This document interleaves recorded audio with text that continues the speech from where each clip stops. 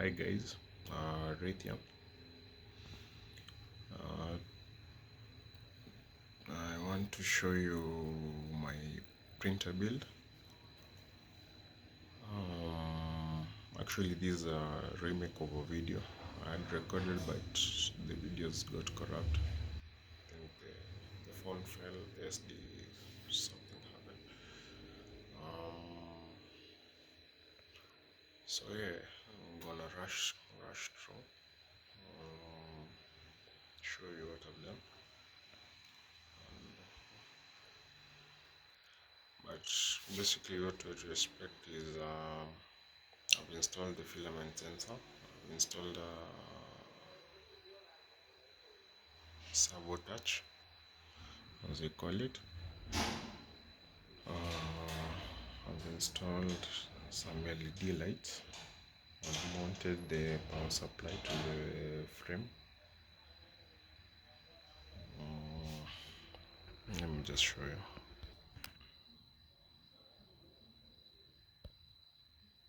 So this is the build.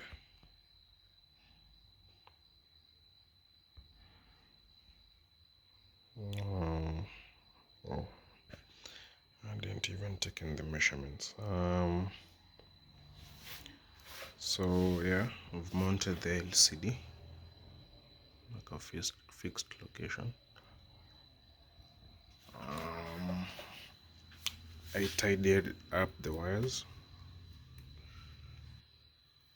just to make it slightly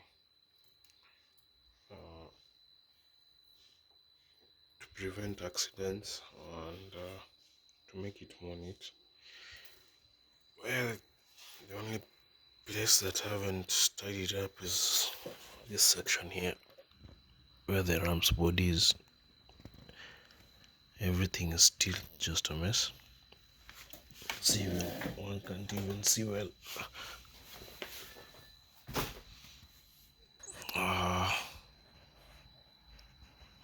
Yeah, they just run.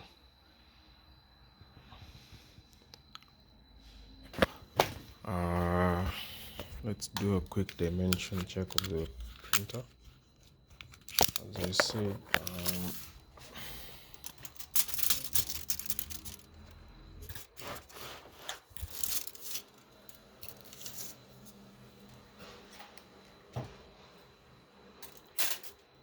the frame itself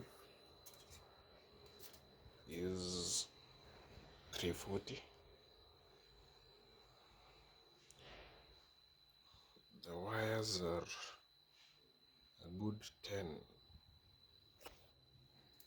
centimeters bulging.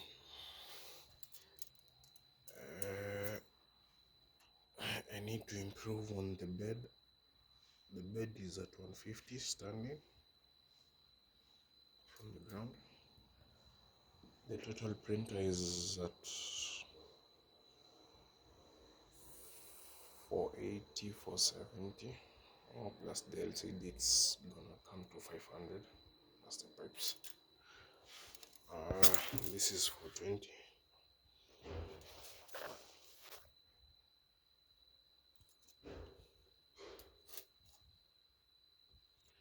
Plus the pipe, plus the wiring coming out, not another 40.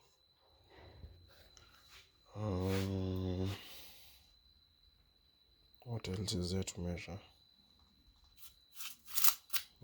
That's it. There's a problem with the gantry. The gantry is not leveled. It's playing a little bit.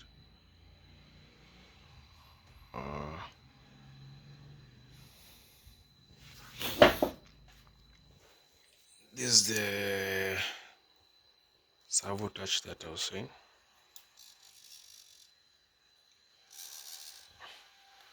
Connected it and even made a whole video of how I made this, but the videos have corrupted, so it levels out roughly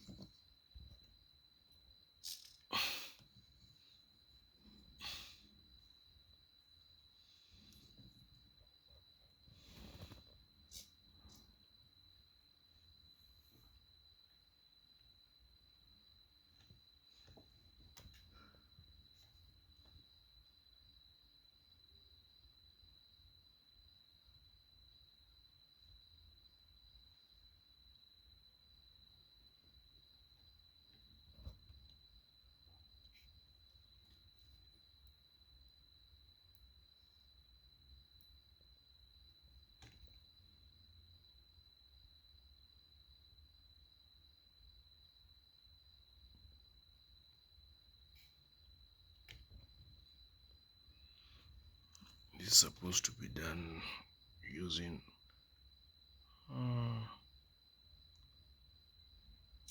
the firmware. Does better result because of repeated. We just have it right. There's that angle. Just when it touches it, it's clicking. There's a filament sensor. It's just even this. I think the videos are lost. It's just a switch. So it was an end-stop switch. Took a tube. Cut the tube like this, and then jammed an end stop like this. So there's like an end stop somewhere. So when you look there, the end stop is there. So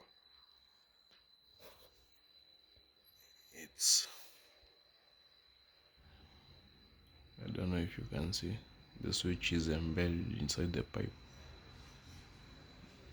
The dimensions are close. I think the video is there. It'll still be there. I've installed the LEDs here, the red, blue and green, and then there's the illumination LEDs at the bottom for the surface.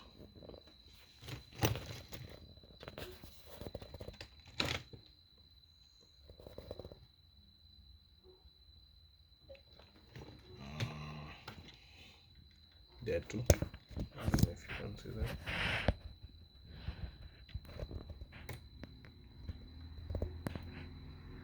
And there.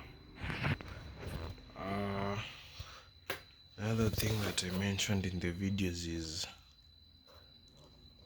my axes are supposed to be 180 by 180 by 150, but the process of making these threaded rods was sort of challenging somehow. So like in this, let me use this because this is the rod. The bolt can travel through the whole length of the rod up to this point. From this point, from here to here, it's where it was being gripped by the lathe machine, because you're not gripping this side because of destroying the teeth. We didn't think of making like a housing for it, but at that moment, so in short, from this point to this point, the threads are in continuous, so it will either step or jam. And this axis, when we were threading, as you can see, because I've already mounted the power supply.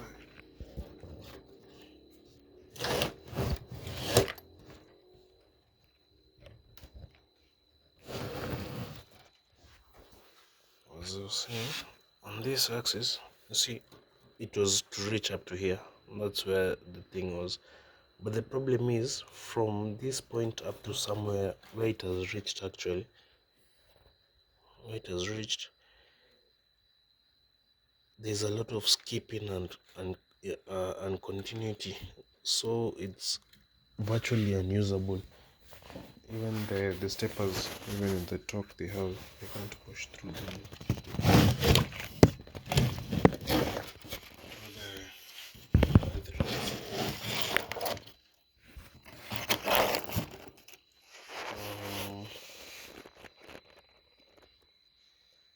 The other LEDs, I've installed them here.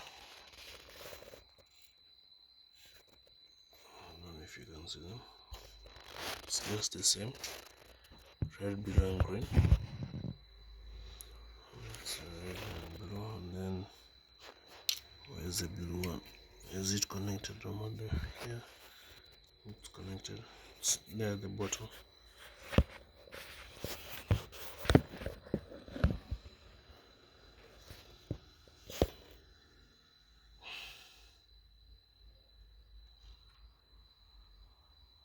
if you can see it, this one here. And then on the board here, these two set of LEDs are connected on the same pin.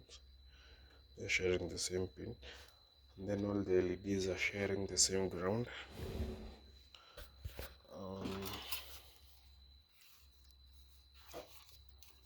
The printer is, let me,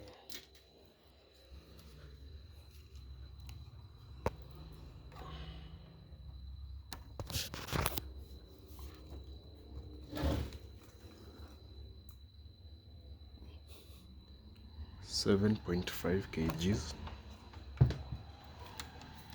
as it stands.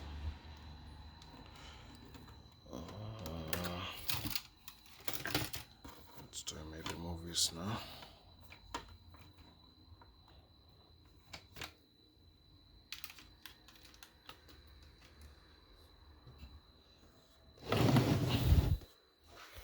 Seven point five kgs. Now, as I was saying,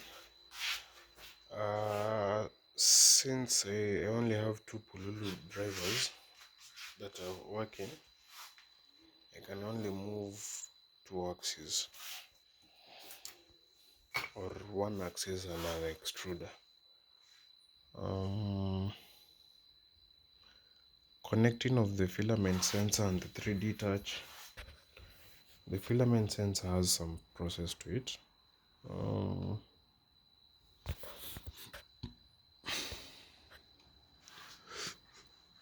Excuse me.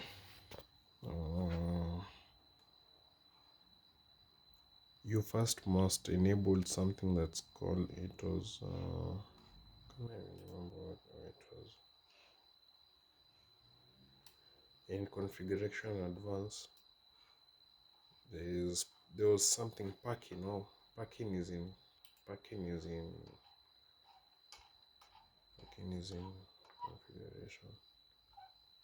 Pro packing, not pro packing.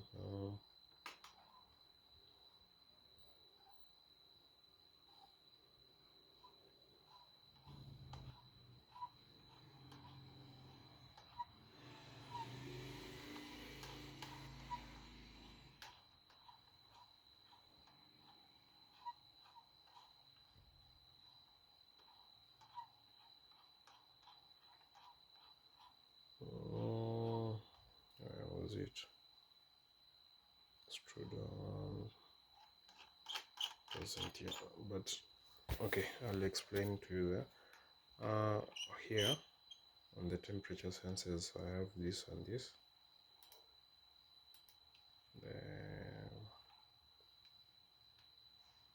100K Vishay NTCS 06 03 E3 10 45 XT.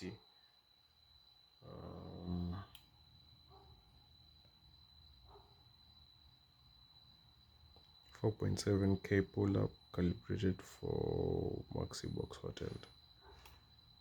Maxi box hot end, I hadn't seen that Maxi box hot end. Maxi box, I'll have to Google that.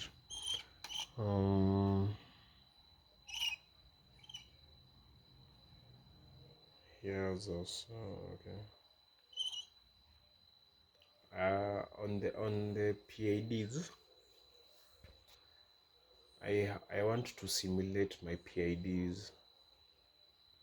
Is that video still there? Before I repeat the whole process.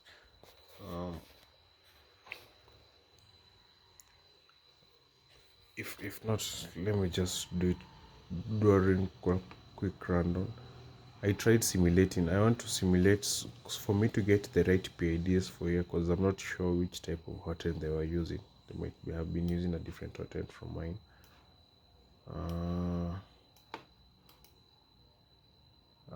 This is my setup. I'm basically, in the first one, I took some data. As it was running, I simulated the data. I simulated the hot end to rise from a temperature of 21 to 100. So here it is, roughly from 21 to 100, and then it cooled down up to here, and then I checked it. I don't know why I didn't let it. This is not this is the set. In this set I didn't simulate it to the end, and for it to come back to room temperature. But in this one, this is a cool down from roughly the same temperature to room temperature, but not room temperature, to 45. Roughly this, just roughly the same thing. But I have another form of data. Now from here, where is this?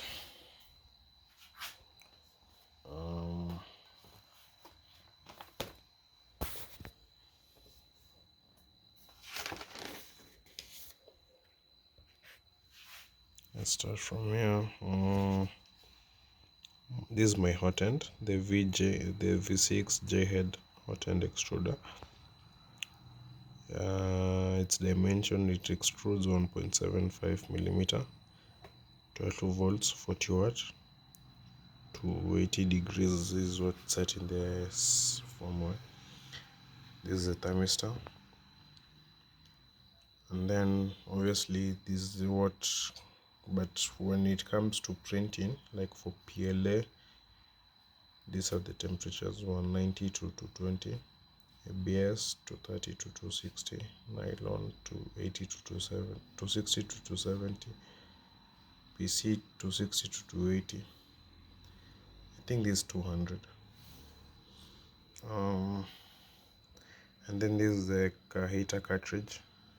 It's 6.9 millimeters diameter and 20 millimeters length. This is the heater block, 20 millimeters by 15 by 7. This was just trying to get the power and the currents at 40 amps, 40 watts, full power. So it should be roughly at 3.3 amps, and at 10 watts it should be roughly at 0.8. Report firmware, beta values, auto PID tune. There's a function in the firmware for auto PID tune for the bed and the hot end. But before I use this, I just wanted to simulate my values to see if I can get roughly the same thing. This is the maximum temperature for the thermistor before it shuts out. And then from here, rest of it was just, you can pause and go through it if you're interested. But this was just about timing. I'm not really sure if it's correct, but and then here for the simulation to work, you need roughly an equation. You can or a library, but having a library means having values and inputs, outputs, everything.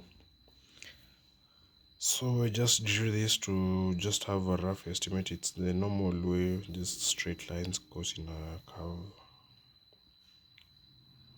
This is a normal heat, rather from the experiment. This is a normal cool down curve, not a heater curve. A heater curve is roughly the same, but slightly aggressive.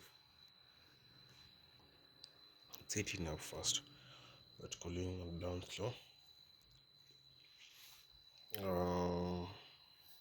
These are the functions for MATLAB Simulink, just for the PID values. As you know, proportional, integral, derivative. Those videos, are they still there? I think they are still there. Now, these are for the heat equation. This one to the left. You see, as you can see, they're in sections. It's roughly there's like a first section here, a section here, and then a section here.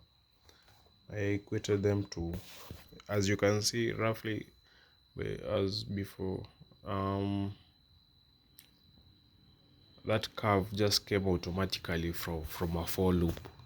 So you can see a for loop has a form of an automatic PID, but not really tunable, because this curve is from a for loop. I was telling it to hit it to 100. Once it gets to 100, cut power. Oh, so yeah, these are the curves: the first, the second, and the third. And you can see here, try to sketch it from the first, the second, and the third. So this is just to get the m's, the gradients, and the y-intercepts. Maybe basic equation for a straight line. And then here, it's now partly thermal. You want to calculate energy required to satisfy change in temperature. I'd explained this well, but now the videos got cut out, I have to do it again. Now,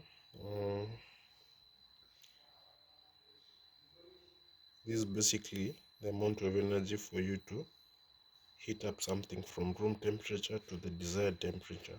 That's what Q is. And then the other thing is U, thermal transmittance of the aluminium. So roughly how it absorbs or how it loses its heat.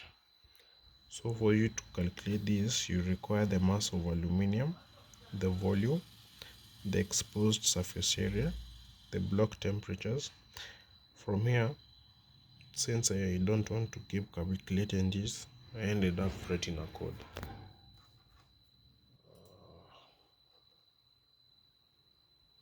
So here, the first code we have done, you have seen its outputs. Just plotting the curves and the cooldown. Here, this is in minutes. This is in minutes. This is degrees. This is degrees. I didn't label that. Degrees, and then minutes. I'll do a full simulation to 250. I don't want to try 280 because I read somewhere there was, until you get your PID values somehow right, you might end up shorting this thing. So you're going to go in steps until you get there. You're gonna get there slowly to the target temp. Now from there, now the code to calculate the energy required. It's now the just here. This code here, it's just this formula. So these block temperatures, I stored them in an array, because the good thing with the code, you can, instead of keep on repeating calculating the for different temperatures, you just put them in an array and then calculate them all. So in short, you can just calculate the whole range, and then the ambient temperature, and then change in temperature, it's supposed to be a value. And then there's the specific heat capacity for aluminium, specific heat capacity for atmospheric, and thermal transmittance of aluminium. This is supposed to be this, roughly this U, if I'm not wrong. Now the formula we have is energy equals to mass times specific heat capacity times change in temperature. So yeah, declared everything here from mass, and then length, width, height. This is useful for calculating the volume. This is the formula for volume: length, width times height. And then for calculating the exposed surface area, surface area is obviously the areas for each faces. So it's length times width times 2 plus length times height times 2 plus height times width times 2. And then the block temperatures, as I said, store them in an array.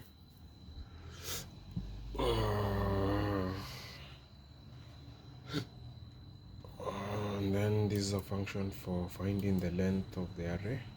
Right near there, it's useful there on here. Then this is the room temperature.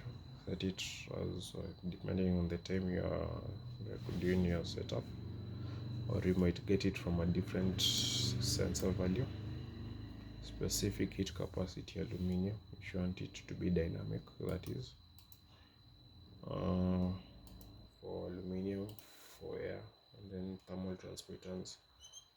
And then since what we are calculating are now arrays, these are their definitions. The definition for energy required, DTs. The arrays, the definition for the DTs,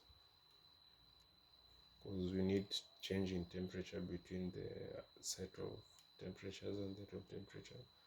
And then thermal transmittance, we wanted to calculate the thermal resistance because we have this from another formula here. Q equals to U times surface area times change in temperatures, just to see if you are getting. But now the problem is, when I was calculating my thermal transmitters, I was getting it as here. Let me run this.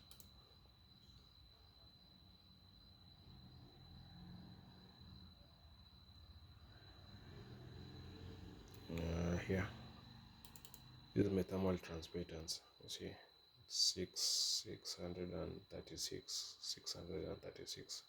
It's roughly constant. Here, 636. But according to Google, this is supposed to be at 205, roughly 3 times above it. I don't know why. Now with this, I was doing this so that I get values to plug in into my simulator. I have a PID simulator here, just to make things easier for me. I can just download it. PID simulator for 2 temperature controlled by Jacob A. Brinsma algorithm based on Arduino PID. Your values are the joules added per second,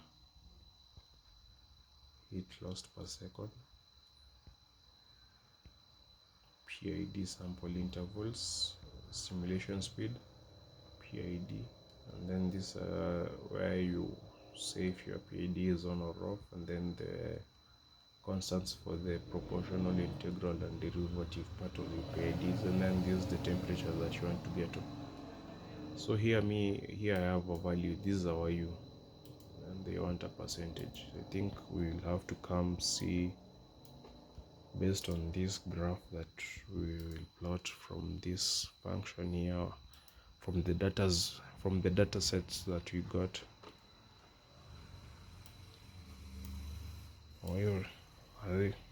Oh, it's even simple. You see, even it's roughly a straight line in this one. It's not really a straight line, because percentage lost per second. Let's see if I can roughly get something like that.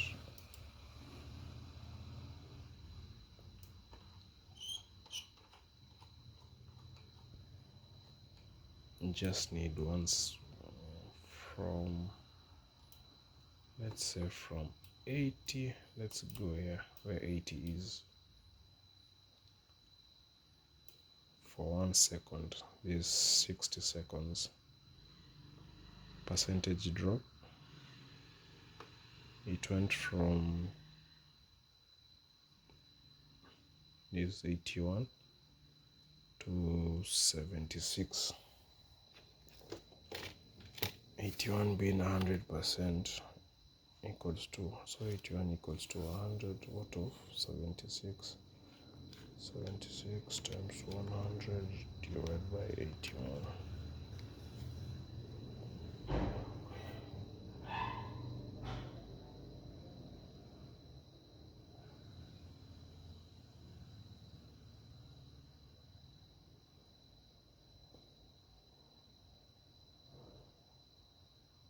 $95. Don't know why.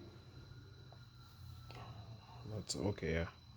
It explains it. It's steep, 95%. That's a steep drop. You see, now the problem with having a percentage, it's not really accurate, because from there, that's at that range. At this range,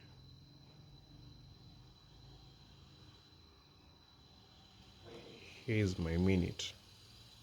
I'm dropping from, let me even say, actually not even, let me say, I can get actual values. My Y is at 45 degrees.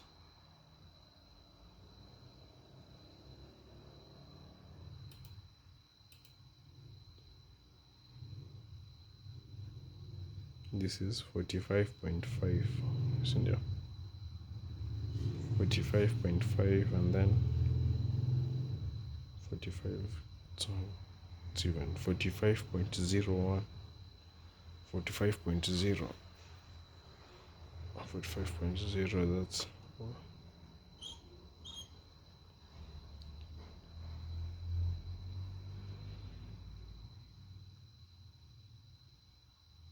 45.2, 45.3. That's so small. 45.2 divided by 45.3 times 100.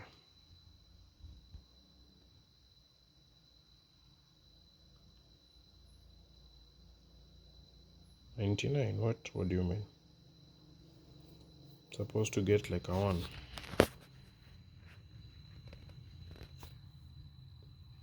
What's the problem with my equation? 45.3 divided by 45 point.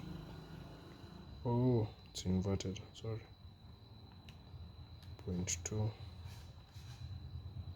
0.3 times 100.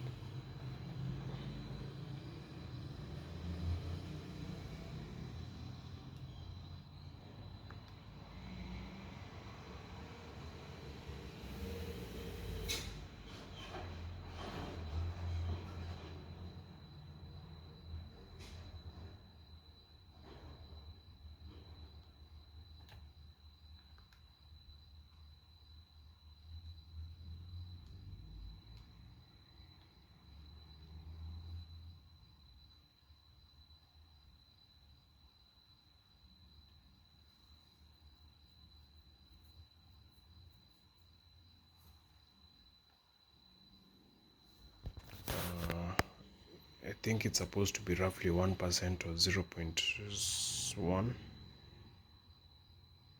Don't know, I am getting something off.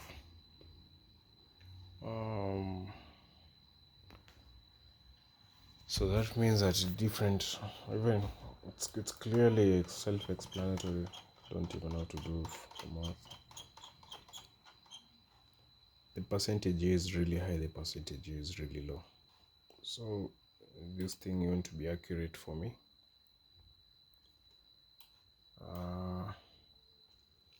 Let's go back to Mali.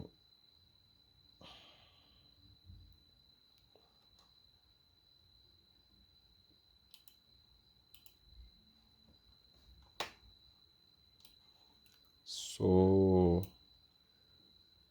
for the filament, you have to enable packing, and then after packing, you have to enable a feature called auto pause, if I remember that. And then obviously you have to enable the pin. That was for the filament. For the servo touch, as I'm calling it, on the market it's been sold as a BL touch or a 3D touch. It still interests me to move it.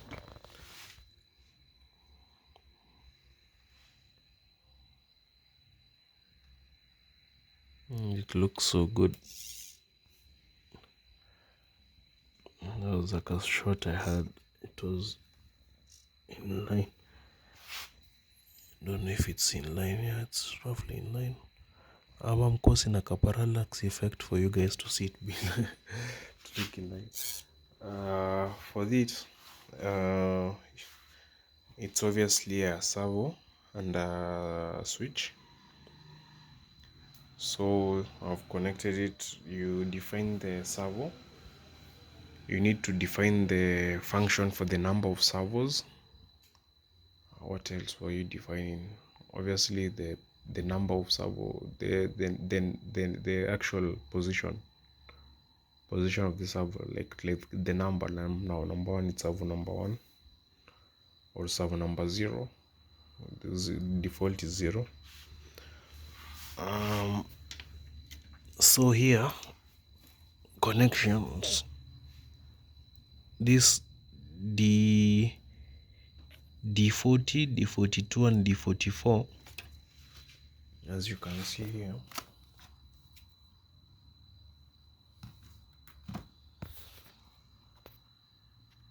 D40, D42 and D44, these ones here are these ones here,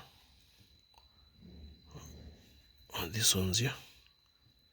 I've connected it to red, green, blue respectively, and then white is connected to D1. D1 is this one. Here's the white one supposed to be here, and then this is ground for all the white one is somewhere here in this maze, the brown one. Yeah, the brown wire, and then this is the ground for all the LEDs. I've ground on this pin, it's an actual ground pin, and then the 5-volt GND and A3 is what I've used for the filament sensor, is what I've used for the filament sensor. So here they are mounted here. So it is for the filament sensor.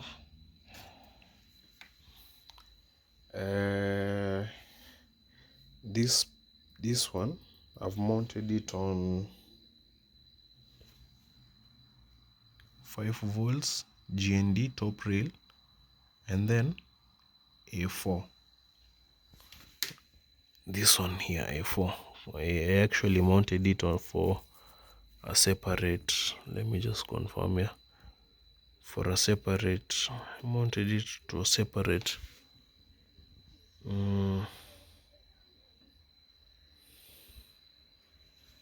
Yeah, it is the one it's ending here, to a separate pin. I'm not using the Z-min pin for the probe.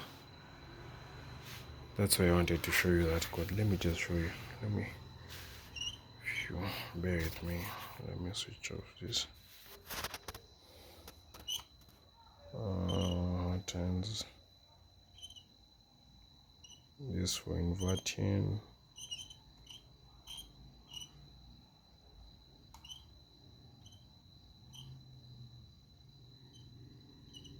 So in the Z-min probe, there's this option. Use the end stop pin, like the actual pin, the min pin, this pin here. This pin here. Use it for probing. That's if you don't have a probe. And then there's this option down here.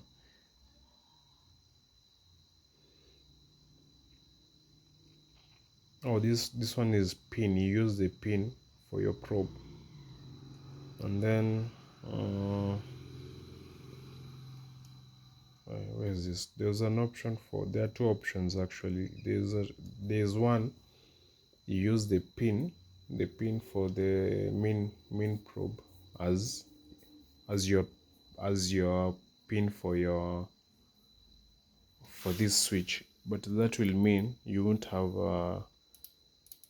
a Z min switch, a Z homing switch, minimum switch. So you add this, and you add it through here. You come in this commented section, you see clearly define Z min probe uses it was for a probe connected to any. Let's remove this so that you can see any pin except Z min, so that from this point I saw there was a option to use a custom Z min set Z min probe pin below. So you just copy this here, paste it here, put the define tab on it, and then you put the pin. So in our case it's pin 4, see there. So here, come check pin 4, it's aux 4, analog 4. This one here, analog 4. So that's for the probe. If the probe is analog 4, then for the filament is this analog 3. The inputs, that's why I put in them on the analogs. What else was there to show you? Oh, I just wanted to show you add the pin manually. And then for the servo, these are the angles for the servo. I haven't actually measured my angles, how much this thing is moving. Still don't know where I've kept that protractor. But we do that. We'll do that manually, mdogo. Yeah, that's just about it. And then there's some offsets. As I said, since this is the X, this is the Y, this is the Z.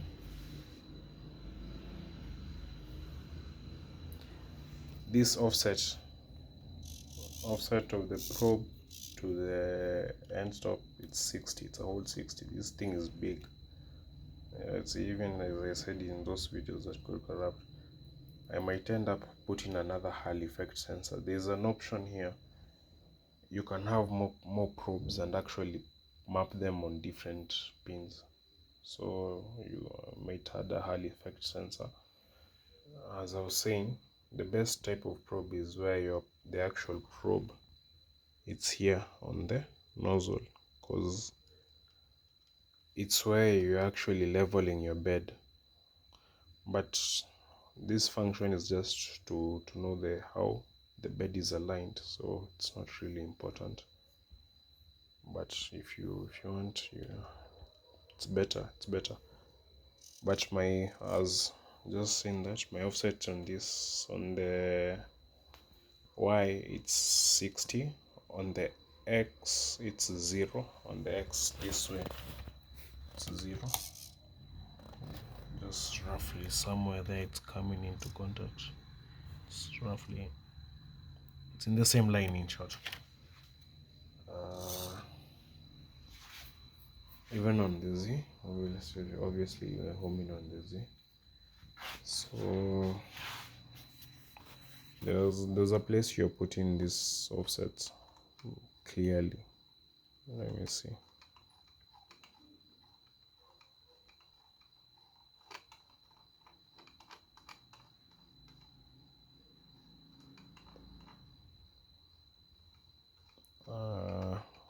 Sorry guys, I can't find it. I think you just have, it was in the advance. Oh, and then yeah, you have passed through that. Let me see in the advance what it was saying. Is this support filament change?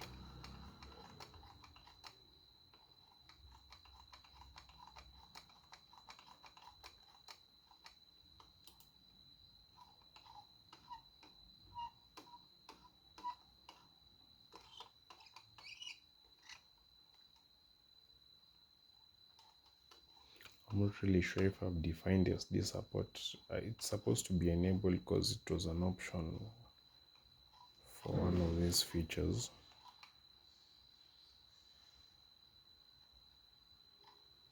those are looking for again.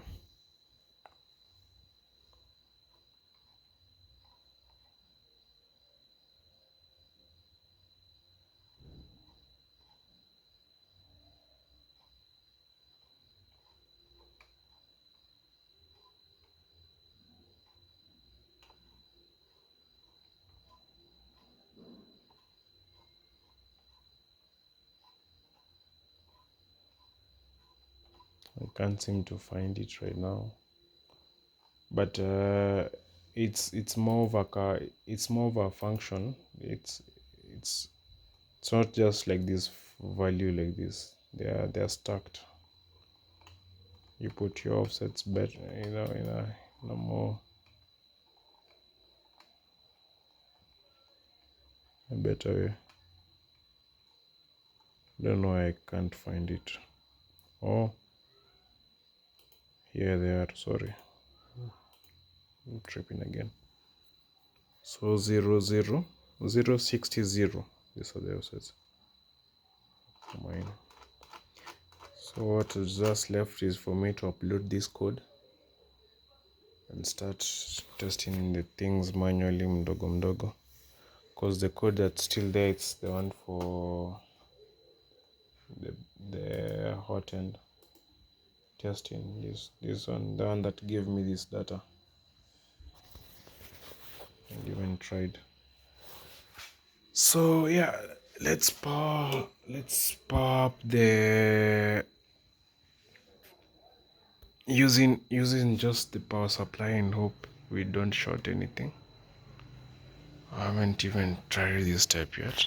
Let's zoom out.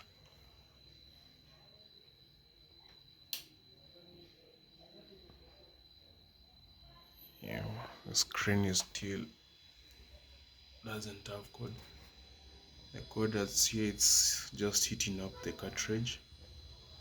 As it seems, there's the part illuminating LEDs are constantly on. The fan is running.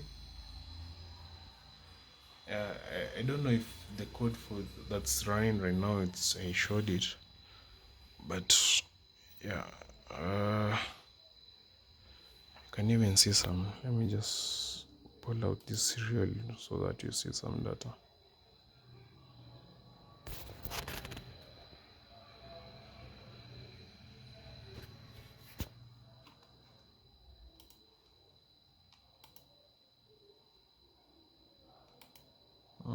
Comport is busy. Oh, it's not connected. Sorry, it's not connected. It's not connected to the PC. I shorted one of my ports. I explained this in one of the previous videos. My actual PC port. So I keep sharing the plus my keyboard. My PC keyboard is poured water on it. So yeah,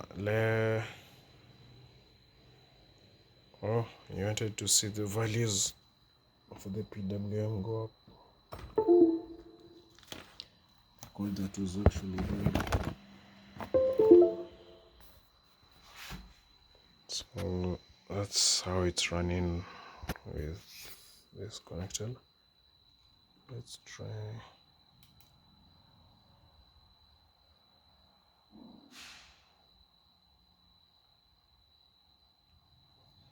So yeah, see, this is what it was giving me. The code is this. These are the values.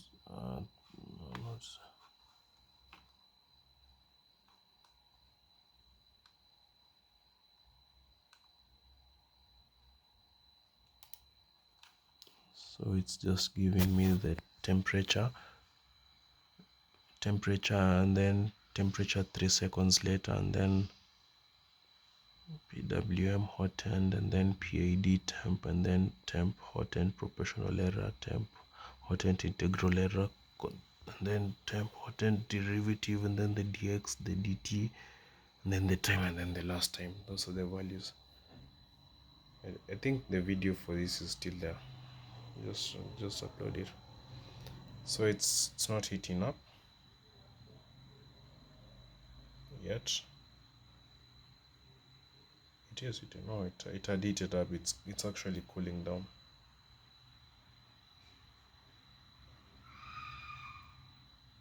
Don't want to explain this code right now. Do it another time.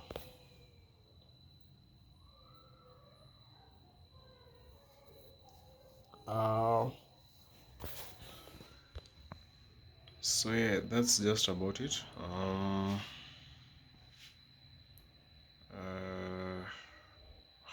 Hope I've explained enough.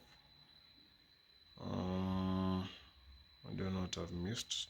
I've explained the filament, the 3D, the servo touch, the LEDs. What else have I added? Is there anything else to add in this one? I'm planning to add the Wi-Fi module tomorrow. I first start with the research tomorrow. Currently feel I'm tired. I'm just gonna smoke and listen to some music or watch some drone videos, do something. Oh yeah, I need to test the, the filament and the servo touch using mailing. So actually you can just upload the code right now. Stop coming out. Yeah, okay, let me okay, I forgot I was closing on the video, like, yeah. So till another time, cheers.